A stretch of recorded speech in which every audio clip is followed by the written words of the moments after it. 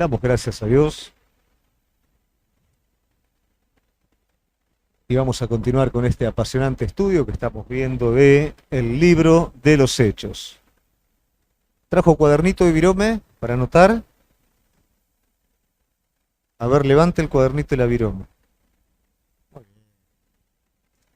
Yo sé que usted tiene una memoria bárbara, ¿veo? Pero es para asegurarme yo. No, en serio.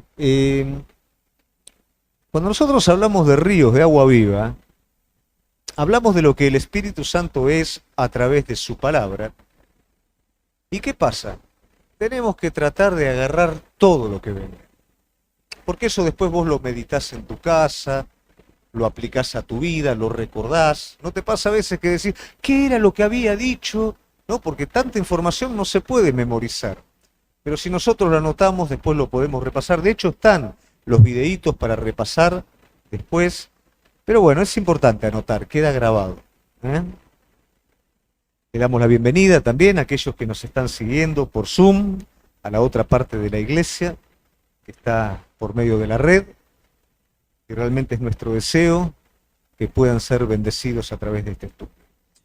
Resumiendo, la semana pasada en el capítulo 1 vimos rápidamente, no vamos a hacer todo un desarrollo del capítulo 1, sí 3 conceptos que tenían que ver con los cristianos de la primera instancia, de la primera iglesia, y es que ellos eran testigos de Cristo, que ellos creían y que eran vidas cambiadas. Esto permitió que la iglesia primitiva avanzara de la manera en la que avanzó.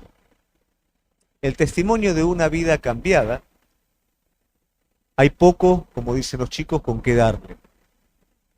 Cuando la esencia de Jesucristo es expuesta a través de su iglesia, el mundo es cautivado. No quiere decir que necesariamente lo acepten, pero el mundo de alguna manera es golpeado. El testimonio de Cristo para salvación o para perdición golpea de alguna manera, porque es indubitable. Bueno, la iglesia primitiva avanza con este testimonio. Pero hay una parte que es bien distintiva, que es la que vamos a ver hoy, que es cuando la iglesia es embestida por el poder del Espíritu Santo, porque esto marca claramente 2 dispensaciones. Uno tiene que ponerse un poquito en el lugar de esta iglesia primitiva. Yo te hablo a vos de iglesia y vos ya más o menos tenés un concepto de lo que iglesia es. Pero hablarle a estos primeros cristianos de que ellos iban a estar, por así decirlo, sucediendo, iban a ser la parte tangible de la sombra del Antiguo Testamento, cuando tenían un templo enfrente, tenían un sistema religioso, ritual, tenían personas que eran preponderantes en esa época, todos sus sentidos captaban la ciudad santa, decir que un puñado de personas iban a estar llevando a cabo la evolución de ese antiguo pacto y costaba. Sin embargo, todo el ritual se iba a convertir en una realidad. Sin embargo, ese Espíritu Santo que descendía sobre algunas personas, ahora descendería sobre el pueblo entero. Sin embargo, aquella enseñanza que se reducía a algunos pocos eruditos, ahora sería de alguna manera el pan diario de todo el pueblo de Dios. Todo cambia. El Espíritu Santo llena. El Espíritu Santo no mora ahora en un templo de piedra, sino mora en el templo de cada uno de estos nuevos creyentes. La palabra de Dios fluye de sus bocas. El testimonio de Jesucristo está presente en sus vidas. Y esto golpea al mundo antiguo. Esta iglesia primitiva es una iglesia que reproduce el carácter de Jesucristo. Es una iglesia que de la misma manera que Jesús caminó unido al Padre, camina unido al Hijo por medio del poder del Espíritu Santo. Es una iglesia que tiene ligada su voluntad a la voluntad de Cristo. Es una iglesia que actúa en el poder del Espíritu Santo como actuó Cristo cuando caminó en esta tierra. Es una iglesia que reproduce la imagen de Cristo porque la persona del Espíritu Santo está presente en el cuerpo. Y esto es lo que a nosotros nos tiene que inspirar. Pregunta que hago, ¿reproducimos a Cristo como cuerpo? ¿Reproducimos a Cristo como iglesia? ¿Es nuestro testimonio como cuerpo y como miembro individual tan fuerte que la gente puede distinguir que hay algo diferente en tu vida, que hay algo diferente en la iglesia, que hay algo que de alguna manera anhelo? Aunque tal vez no sé si voy a pagar el precio, pero me gustaría que eso esté presente. Mire, yo tengo gente conocida que es muy sincera conmigo y me dice, me gustaría lo que ustedes tienen, pero no sé si estoy dispuesta. Me lo dice de una. ¿Cuánta gente hay así? Pero la pregunta, más allá de la gente, es nosotros. ¿Estamos dándole eso a las personas? ¿Lo estamos viviendo de esta manera? Vamos a ir al capítulo 2 del libro de los Hechos y vamos a ver la recepción del Espíritu Santo. Vamos a ver algunas cosas que por ahí damos por hecho y no son tan así, pero vamos a ver cómo esta dinámica inicial es la que en algún momento se perdió y nosotros la tenemos que buscar. Mucha gente considera que los evangélicos son producto de la Reforma y consideran que la Reforma es un movimiento, ¿no es cierto? O sea, que la Iglesia evangélica de alguna manera es un movimiento que se da después del catolicismo. La realidad de todo esto es que la Iglesia evangélica es la Iglesia que retorna a los valores esenciales de los que vamos a estar hablando ahora, perdidos en algún momento del tiempo y tal vez se expresa en un momento histórico como una protesta al sistema vigente. Pero vos ya no sos protestante, vos ya no protestás contra una religión. Vos sos iglesia, vos sos cuerpo de Cristo. Entonces nosotros, hoy por hoy, somos reflejo, como hablaba la alabanza, de su gloria. Testimonios vivos de la obra de Jesucristo. Vamos a ir al versículo 1, capítulo 2, versículo 1. Dice, cuando llegó el día de Pentecostés, Pentecostés es la fecha, o era la fiesta, por así decirlo, de las cosechas, se desarrollaba 50 días después de la fiesta de Pascua, estaban todos unánimes juntos. Parece esto una reiteración, pero el término unánimes juntos tiene que ver con dos cosas. Juntos, en cuanto a persona, y unánimes están ligados en un mismo espíritu. Yo puedo estar acompañado de alguien, pero puedo tener una distancia, pensar diferente. Bueno, ellos estaban en un mismo espíritu y estaban juntos. Esto implica una unión completa, unánimes juntos. Versículo 2 dice, y de repente vino del cielo un estruendo como de un viento recio que soplaba, el cual llenó toda la casa donde estaban sentados, y se le aparecieron lenguas repartidas como de fuego, asentándose sobre cada uno de ellos, y fueron todos llenos del Espíritu Santo y comenzaron a hablar en otras lenguas, según el Espíritu les daba que hablase. Bueno, acá ya tenemos tres señales, ¿no?, que son la primera expresión sobrenatural de lo que sucede. La primera de ellas es un estruendo, no es necesariamente un viento, hay como una comparación, dice un estruendo como de un viento, ¿no? Hay lenguas de fuego, que tampoco quiere decir que eran fueguitos, ¿no?, como velitas arriba de la cabeza, sino que eso representa la presencia de Dios. No se sabe bien cómo fue, ¿no es cierto? No es para tomarlo tan literal, no se sabe bien cómo fue, y la expresión, ¿no es cierto?, de lenguas, que en ese momento específico, esas lenguas no eran como las lenguas que vos hoy escuchás hablar en la iglesia, sino que directamente era un idioma definido, que era interpretado por el resto de las personas que estaban alrededor. Muchos se han tomado de esto para decir que las lenguas cesaron, ¿no? Eso generalmente se lo llama ese movimiento cesacionista. Son personas que consideran que los carismas del Espíritu Santo quedaron en desuso, ¿no?, sino que ya está, fueron para esa época solamente. También determinados ministerios. Nosotros creemos que los carismas del Espíritu Santo siguen estando presentes, creemos en la sanidad, creemos en el don de lengua. Por supuesto que cuando hablamos en lengua no estamos hablando un idioma, ¿no es cierto?, sino que sí, tal vez estamos dando un lenguaje espiritual. ¿Qué quiere decir esto? Que las lenguas que nosotros hablamos están ligadas a lo que Pablo habla en Primera de Corintios, capítulo 14, ¿no es cierto?, en cuanto al don de lenguas, en cuanto a lenguas angelicales, ¿no es cierto?, lenguas que no son de interpretación humana. Es diferente, de alguna manera, a la expresión de las lenguas del libro de los Hechos, de los primeros discípulos. ¿Se entiende esto? Muy bien. Moraban entonces en Jerusalén judíos, varones piadosos, acá vamos seguido, todas las naciones bajo el cielo, 6. Y hecho este estruendo se juntó la multitud y estaban confusos, porque cada uno les oía hablar en su propia lengua. No es lo que nosotros hablamos acá. Cuando hablamos acá nadie entiende nada, ¿no es cierto? ¿Por qué? Porque es lenguaje que lo interpreta el Espíritu, salvo que haya interpretación de lengua o algún don de interpretación de lengua. Es al que Pablo dice, bueno, si hay interpretación de lengua, entonces habla en lengua, alguien interpreta y todos son edificados.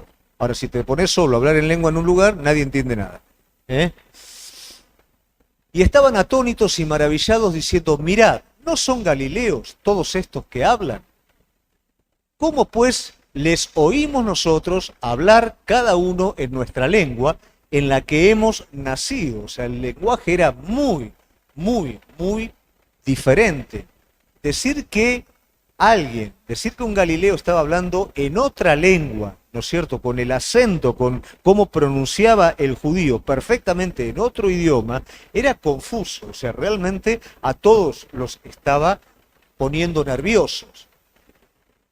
Partos, medos, elamitas y lo que habitamos en Mesopotamia, en Judea, en Capadocia, en Ponto y en Asia, en Frigia, Panfila, en Egipto, en las regiones de África, más allá de Cirene, mirá si había idioma y mirá si todo el mundo entendía.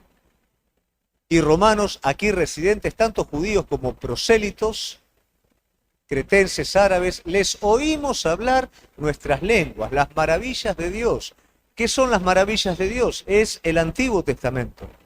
O sea, lo que ellos hablaban en otro idioma, en el idioma que podían entender las distintas lenguas. No se olviden que era un tiempo festivo en la Ciudad Santa, donde estaban las distintas fiestas, Pentecostés, Pascua, y esto juntaba gente de todos lados. Bueno, la gente de todos lados, todos los extranjeros, oían las maravillas de Dios en su propia lengua. Fabuloso. Y estaban todos atónitos y perplejos, diciendo unos a otros, ¿qué quiere decir esto? Vos ahora más o menos lo entendés porque lo estudiaste, pero imagínate, están todos juntos en un lugar, empieza a haber ruido, empieza a estar la presencia de Dios, cada uno se pone a hablar en un idioma distinto de las cosas de Dios, todo el mundo lo entiende, es un lío, nadie entiende nada de lo que está pasando. Entonces, ¿qué pasa? Están atónitos.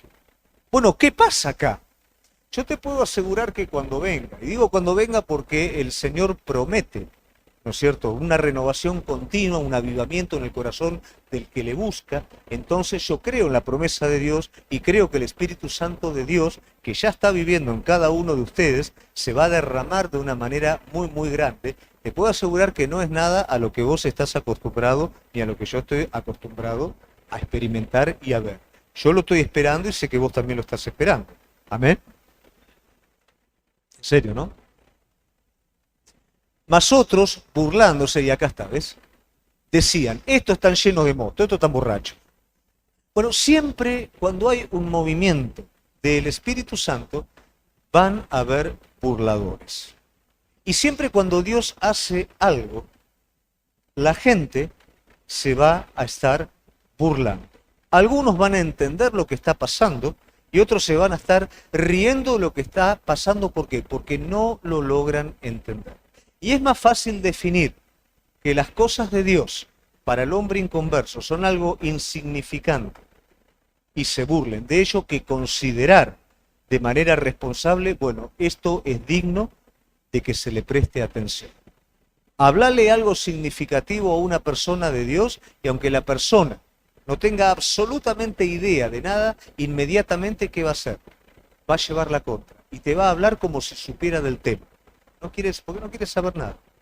Es algo que está innato, es una ley interior que rechaza lo que es del Espíritu. La expresión de esta gente era burlarse. Están llenos de mosto, ¿qué quiere decir? Están todos borrachos, ¿no? Por eso hablan medio de antagónico, porque si están borrachos hablan otro idioma, medio raro. Pero bueno, eso era lo que ellos pensaban. Entonces Pedro, poniéndose en pie con los 11, alzó la voz y les habló diciendo: varones judíos y todos los que habitáis en Jerusalén, esto os sea notorio, y oíd mis palabras. Lo primero que hablamos es la venida del Espíritu Santo. Ahora Pedro va a empezar, si lo lleváramos a un sermón homilético, un segundo punto en el cual ahora Pedro va a dar su sermón, ¿no? Va a ser el famoso sermón de Pedro, uno de ellos. En este sermón, él lo va a dividir en algunas partes, pero todo tiene un fin. Este sermón tiene como fin exaltar la persona de Cristo, como cualquier sermón que cualquier hombre predique de atrás de un púlpito tiene que tener el mismo objetivo, la misma finalidad. Aunque prediques del Antiguo Testamento, aunque prediques de Génesis y aunque prediques de lo que prediques, finalmente Cristo es el que tiene que ser exaltado a través de la palabra que vos pronunciás. Es bueno contar experiencias, es bueno contar la historia de algún hombre de Dios, pero finalmente todo conduce a Jesucristo, y si la persona no conoce la obra de Cristo, por más que vos le cuentes una preciosa historia y tu hermosa experiencia espiritual, esa persona se pierde. Esa persona necesita conocer a Jesucristo. Entonces, ¿qué es lo que va a hacer el apóstol Pedro? Va a explicar todo lo que está sucediendo, pero lo va a explicar de una manera bien distintiva. Va a estar poniéndolo a Cristo en primer lugar y luego va a estar justificando los hechos que están sucediendo a través de la palabra de Dios, a través del Antiguo Testamento. Toda experiencia espiritual tiene que estar fundamentada en la palabra de Dios. Si hay una experiencia espiritual que no está necesariamente fundamentada en la experiencia, en la palabra de Dios, y no te lleva a Cristo, es una experiencia dudosa, por más espectacular que parezca. Hay milagros engañosos, hay milagros falsos, hay gente que hace falsas señales, hay ministros de justicia que se disfrazan como ángel de luz también. Una señal sin fundamento es para tenerla en comillas. Toda señal que viene de parte de Dios nos va a llevar a Cristo y va a estar fundamentada en la palabra de Dios. Entonces Pedro, poniéndose en pie con los 11, esto ya lo leímos, vamos al 15. Porque estos no están ebrios. ¿Cómo vosotros suponéis? Pues que es la hora tercera del día, a las 9 de la mañana. ¿Quién iba a estar borracho a las 9 de la mañana? Bueno, hay algunos que empiezan temprano, ¿no? Pero bueno, en esa época, ¿quién iba a estar a las 9 de la mañana borracho? No, y menos 120 personas. Mas esto es lo dicho por el profeta Joel. Entonces acá, ¿qué va a hacer Pedro? Va a fundamentar el suceso, lo que está sucediendo con la manifestación del Espíritu Santo, la va a fundamentar en la palabra. O sea, no están borrachos, no es una cosa de loco lo que está pasando. Los profetas hablaron de esto. El profeta Joel da una profecía y esa profecía se divide en dos partes. La parte que se cumple en el momento y en el momento actual, o sea que es una profecía para el tiempo presente, y es una profecía también que todavía no se cumple. Como vimos en Apocalipsis, el día del Señor, ¿cuál era? A ver si se acuerdan. Está bien, pero cuando hablábamos en escatología y decíamos el día del Señor, era la venida de Cristo. ¿Cuándo viene Cristo?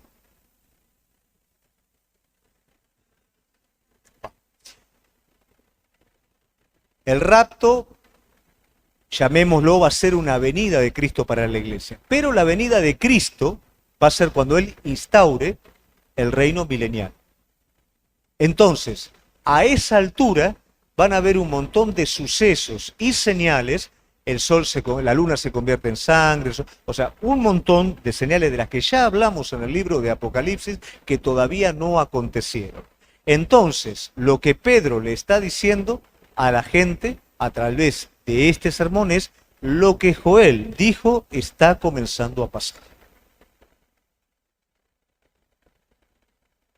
Y en estos postreros días, ahora,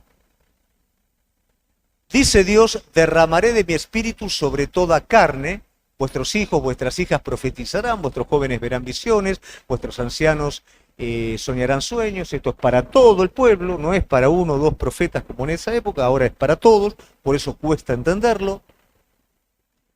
De cierto, sobre mis siervos, sobre mis siervas, en aquellos días derramaré de mi espíritu y profetizarán, es algo exponencial. Daré prodigios arriba en el cielo, señales abajo en la tierra, y ahí empieza. Hasta ahí era para el presente, ahora es para el futuro. Sangre, fuego, vapor de humo, el sol se convertirá en tinieblas, la luna en sangre, antes que venga el día del Señor, grande y manifiesto. Esta profecía es extensiva, desde ese momento inaugural hasta la venida del Señor. Y todo aquel que invoque el nombre del Señor, siempre el principio va a ser exactamente el mismo. ¿Cuál? Será salvo. ¿Quién va a ser salvo? El que acepte a Jesucristo como Señor y Salvador de su vida. Varones israelitas, oíd estas palabras, Jesús Nazareno, varón aprobado por Dios entre vosotros, con maravillas, prodigios, señales que Dios hizo entre vosotros por medio de él, como vosotros mismos sabéis.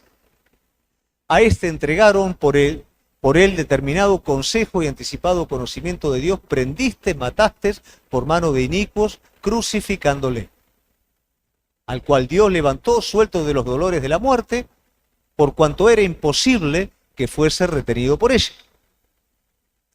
Y paramos ahí. Entonces, después de que Pedro justifica, o no justifica, sino le enseña a los que se estaban burlando y creían que estaban todos borrachos, qué es lo que está pasando, lo hace a partir de la palabra del Señor, enseñando por medio del profeta Joel, poniendo ahora en alto a Jesucristo, aquel que hace poquito todos ustedes vieron que caminaba entre nosotros, que muchos de ustedes fueron cómplices en arengar su muerte. Bueno, a este el Señor lo levantó de los muertos, lo resucitó y a este lo hizo Señor y Cristo. Acá es la parte más importante del mensaje. Pedro lo está poniendo al Señor en su lugar. La parte más importante del mensaje no es justificar lo que está pasando, sino poner a Cristo en alto. Y ahora entra con un refuerzo Pedro y va a hablar acerca del Salmo de David, en donde David habla de la resurrección, pero Pedro le va a mostrar que no es la resurrección propia de David, sino que David está hablando del Mesías. Porque David dice de él, veía al Señor siempre delante de mí, porque está a mi diestra, no seré conmovido. Por lo cual mi corazón se alegró y se gozó mi lengua, y aún mi carne descansará en esperanza. Porque no dejará mi alma en el Hades, ni permitirá que su santo vea corrupción. Acá David ya está hablando de manera profética, no habla de él mismo. No nos olvidemos que en muchas ocasiones David, por medio del Espíritu Santo, comienza a profetizar el mensaje del Mesías, la palabra del Mesías. Se identifica con el Mesías. Me hiciste conocer los caminos de la vida, me llenaste de gozo con tu presencia. Varones hermanos, se os puede decir libremente, acá está aclarando, que David, que murió y fue sepultado, y su sepulcro está con nosotros hasta el día de hoy. Pero siendo profeta y sabiendo que con su juramento Dios le había jurado que de su descendencia en cuanto a la carne levantaría al Cristo para que se sentase en su trono, viéndole antes, habló de la resurrección de Cristo, que su alma no fue dejada en el Hades, ni su carne vio corrupción. No está hablando David de sí mismo, está hablando David del Mesías. Y Pedro se está encargando de que toda la gente que está alrededor, que se burla del mensaje y que busca una razón sobre lo que está pasando, todo esto está fundamentado en la palabra. O sea que no hay manera de discutirlo. A este Jesús resucitó Dios, de lo cual todos nosotros somos testigos. Así que, exaltado por la diestra de Dios y habiendo recibido del Padre la promesa del Espíritu Santo, ha derramado esto que vos veis, oís. Mirá toda la vuelta que le pega. A veces nosotros, cuando las personas piden razón de alguna manera de nuestra fe, nosotros es como que lo hacemos de manera simplista, no de manera sencilla. Nosotros tenemos que estar preparados en la palabra de Dios para poder responder al mundo las razones que demandan de nosotros de una manera sencilla. Una manera simplista es hablar desde mi experiencia, desde cositas así salpicadas que yo conozco, pero yo tengo la responsabilidad de conocer la palabra, porque cuando pasen cosas que el mundo se va a sorprender porque no entiende, yo tengo que explicársela fundamentado en la palabra de Dios. Y esto es lo que hace Pedro. Todo esto que parece una gran revolución tiene un fundamento. Es Cristo y esto está en la palabra de Dios. Cada fundamento que vos le presentes a la persona, lo tenés que dejar después que se encuentre con el Señor en su palabra. Si no es tu palabra contra la de la persona. Que se pelee con el Señor, no que se pelee con vos. Porque David no subió a los cielos, pero él mismo dice, dijo el Señor a mi Señor, siéntate a mi diestra, hasta que ponga a tus enemigos por estrado a tus pies. Todo esto es el desarrollo. Sepa pues ciertísimamente toda la casa de Israel que a este Jesús, a quien vosotros crucificaste, Dios le ha hecho Señor y Cristo. Acá ya empieza, pongámonos un poquito en ese lugar. Yo no solamente te estoy explicando, sino que también ahora te estoy contando la responsabilidad tuya en medio de todo esto. A veces la gente viene, ¿no? Y viene como de afuera. ¿Y por qué Dios? Y cuando vos ves que tenés que a esa persona, por medio de la palabra, llevarlo a que tarde o temprano se enfrente con Jesucristo, para que Jesucristo lo condene y lo salve, lo condene en su carne y lo salve en su gracia, en el Espíritu, parece que es un camino largo. A veces nos gusta hablar hasta ahí nomás y dejar todo ahí nomás, ¿no? Pero toda esa gente que estaba confundida, toda esa gente que se burlaba, no solamente el Señor Pedro se encarga de darles la palabra, ahora los va a enfrentar a su propia responsabilidad. Ustedes son los que lo crucificaron. Entonces ven que Joel habló de él, ustedes lo vieron, nosotros somos testigos, David habló de él, pero ustedes lo crucificaron. ¿Y ahora qué hago con este paquete? Al oír esto, por supuesto que hicieron, se compungieron de corazón y dijeron a Pedro y a los otros apóstoles, varones hermanos, ¿qué haremos? Cuando leía esto me venía, ¿no es cierto?, a mente Pablo. Si con celo perseguidor iba detrás de la iglesia y en esa visión, Pablo, ¿qué estás haciendo? Me estás persiguiendo. ¿Quién eres tú, Señor? ¿Qué tengo que hacer? Eso es lo que pasa cuando te encontrás con el Señor. Vos creés que estás haciendo las cosas bien, vos creés que va pum para arriba, para adelante, y de repente te encontraste en el camino con el Señor y te das cuenta que vas para el lado contrario de lo que el Señor quiere para con tu vida. Ellos vinieron de curiosos a ver qué pasa acá y con qué se encontraron. Con la responsabilidad de haber sido testigos presenciales de Cristo, haber sido cómplices y no haber podido participar de ello. Entonces, ¿y ahora qué hago? Ese es el principio de la conversión.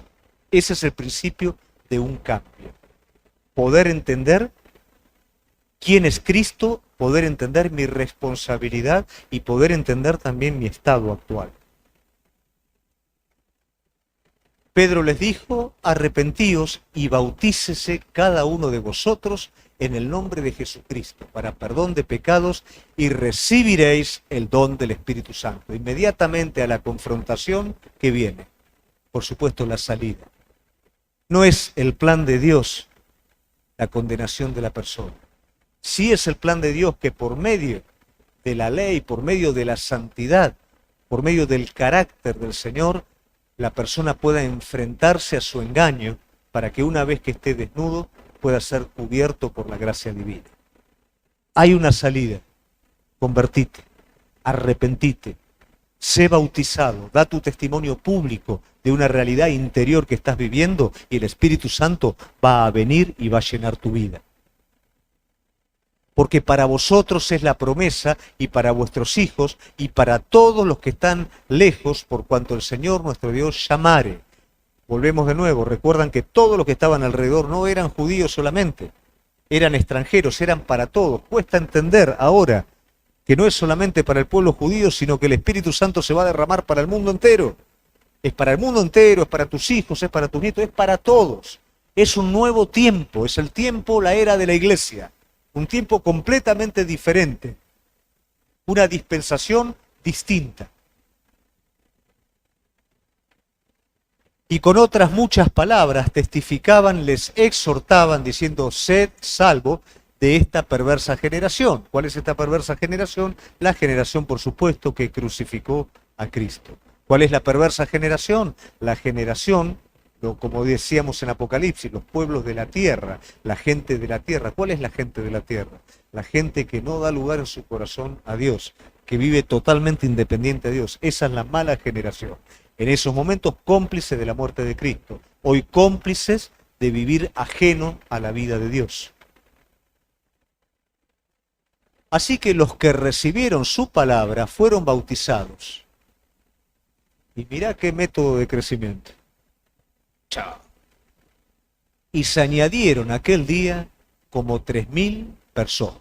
Y no fue un sermón entusiasta, fue un sermón directo, cristocéntrico, marcando la realidad. Pero ¿qué pasa? El poder del Espíritu Santo estaba tan fuerte en ese momento que todos recibieron perdón de pecado, y ahí no hubo convencimiento, ahí no hubo evangelio de la prosperidad, ahí no hubo cosa rara. Ahí hubo convicción de pecado y una conversión masiva. Toda esa gente conoció a Cristo de verdad. Iglesia, esto es lo que vos tenés que anhelar. Yo no sé si se van a convertir esa cantidad de golpes, ojalá, pero anhelo gente convertida. Anhelo que el Espíritu Santo pueda manifestarse a través de tu vida, de mi vida como iglesia, de una manera tan clara que pueda tocar el corazón de la gente y que la gente diga, ¿y ahora qué hacemos? ¿Y ahora qué puedo hacer? Y Cristo pueda venir sobre esa vida, cubrirlo con su gracia, traer salvación sobre él. Anhelo una iglesia de gente convertida. Anhelo ver a la gente venir a los pies de Cristo, pero convertidos en serio. Buscamos la gloria de Dios y el poder del Espíritu Santo para esto, no para otra cosa. Amén. Y perseveraban en la doctrina de los apóstoles. En ese momento, ¿qué es la doctrina de los apóstoles? La enseñanza directa de Jesucristo sobre los apóstoles que caminaron con él. No había mucho estudio teológico en ese momento. Era la experiencia directa de lo que Jesús enseñó a sus discípulos. En la comunión unos con otros. ¿Te acordás que cómo era el principio para recibir esa llenura del Espíritu Santo? Estaban unánimes, juntos. Ahora compartían una comunión.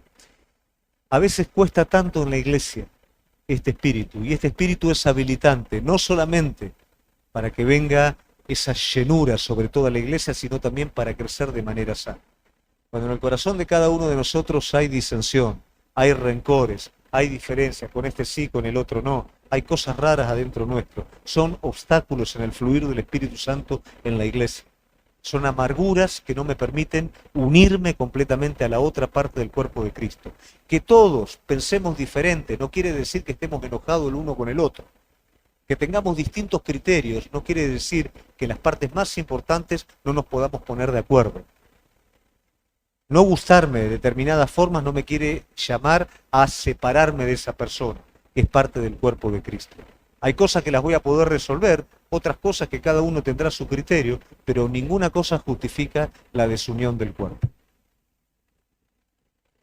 Perseveraban en la doctrina de los apóstoles, en la comunión uno con los otros, en el partimiento del pan, que era la cena del Señor. No era así con la copita, ¿no?, como lo hacemos nosotros. Era una gran mesa, un gran banquete, en donde había una confraternidad entre todos, que el principio básico estaba, que era el principio de comunión y recordar, ¿no es cierto?, a Cristo, y recordar que Cristo venía también, partían el pan, estaban en esa comunión y en las oraciones. Estas cosas tan sencillas eran el fundamento potente de la iglesia primitiva.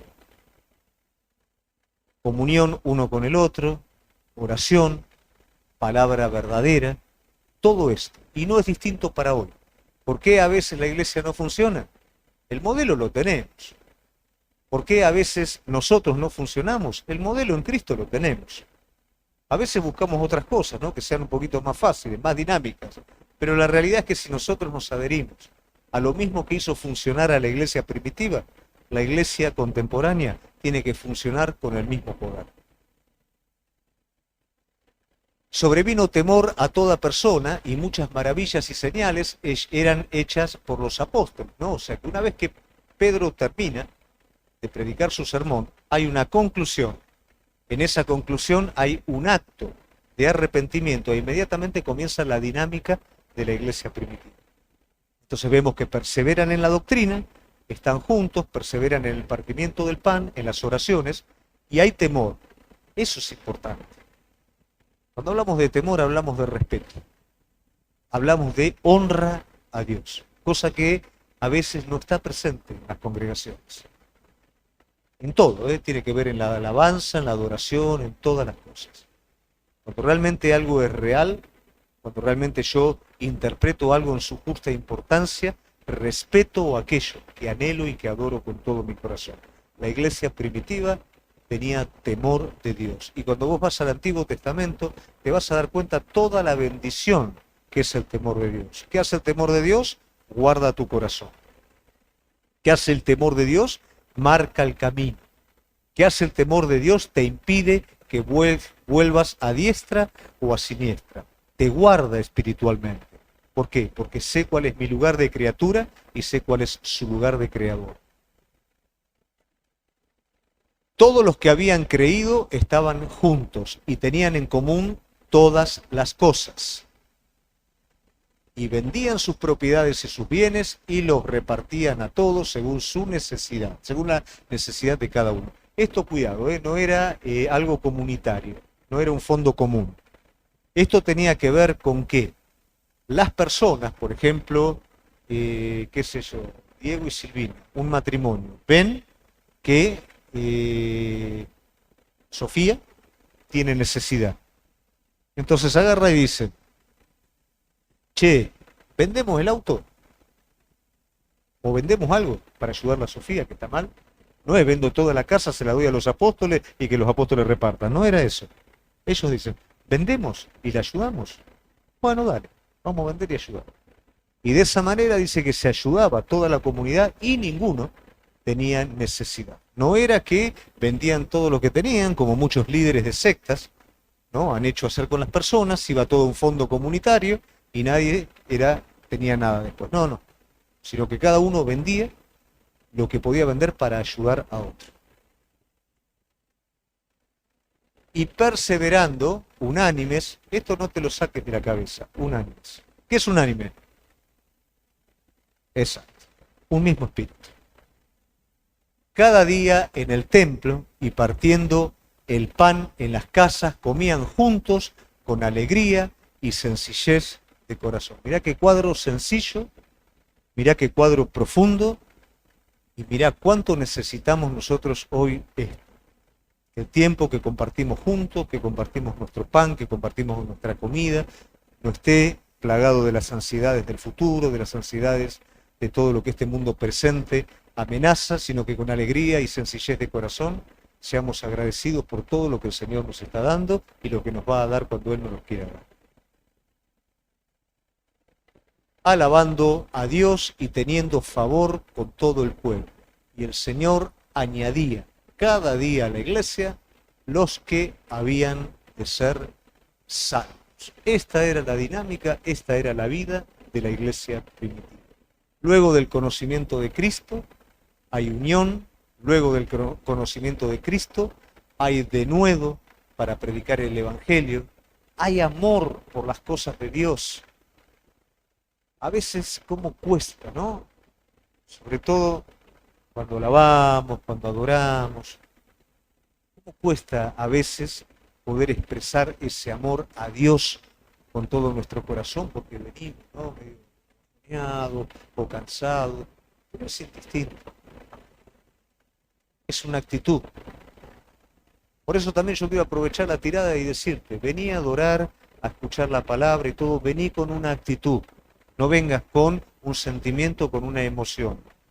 Vení con una actitud.